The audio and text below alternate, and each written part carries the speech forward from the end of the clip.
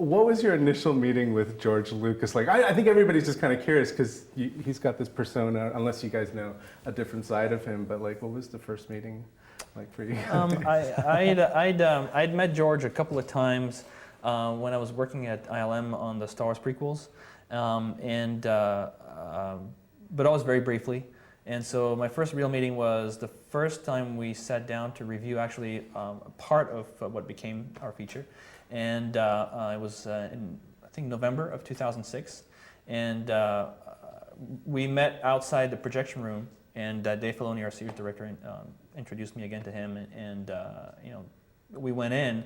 And basically, actually, my first meeting was right away sitting down, and then the projection started. And so it was kind of like a really mythical moment for me, because, you know, the lights dimmed and the Star Wars music started and the Star Wars logo came out, and I told myself, okay, that's it. I'm sitting down to edit something that, you know, I helped cut, and I'm sitting next to George and Dave. Official. You were official then. Yeah. And what was your like? Is it like going to the principal's office? I don't know. I just feel like it's different. The first time I met George Lucas was when he was hanging around with Walter Murch, who's a very well-known editor, and he edited The Godfather. And so he comes into our office, and there's this odd, awkward silence, right? And actually, oddly enough, I was more interested in Walter Murch because I had seen a lot of what he had done, and both of these figures were like just icons in the film world.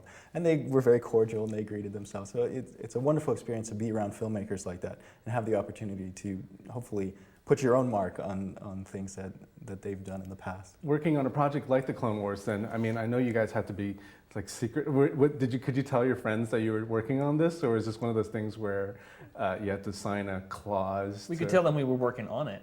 Okay, but nothing. But we couldn't say anything other than the fact that we were working on it. Under the penalty of death, it was very, very top secret, hush, hush.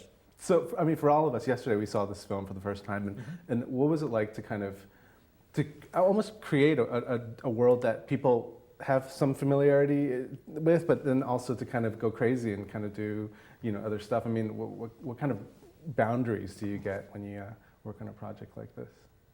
Sergio? Well, we definitely have to keep in line with the Star Wars legacy. There's a whole series of movies that we have to follow.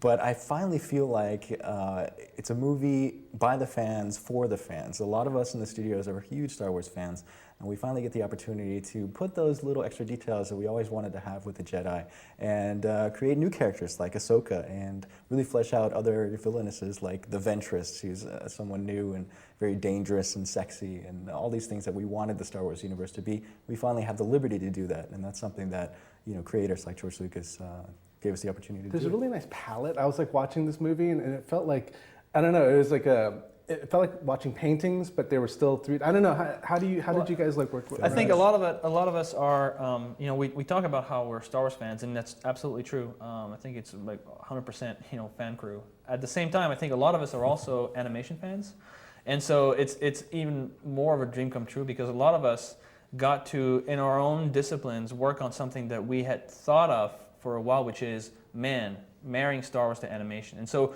you have this union of the look of Star Wars, the way that it's uniquely grounded in reality, at the same time it's uniquely fantasy-oriented, married to influences ranging from Eastern, Japanese, Asian animation, all the way to American graphic novels, Frank Miller, the things that, you know, that we've all loved and kind of combine in our minds in our own way for a certain amount of time, and now all of a sudden we get them together. And, you know, it starts from George. I mean, George very early on was talking with Dave, and they were talking about their influences and taste in animation and Eastern culture. They were talking about their pop culture, you know, influences, and the Thunderbirds, and all these things, you know, come together, and that's how the film came to look the way it did. Last question then, because I noticed that you also worked with the Singaporean office of Lucasfilm. So what was it like collaborating with a different crew, not in the same country, but did you guys travel a lot over there, and did you see?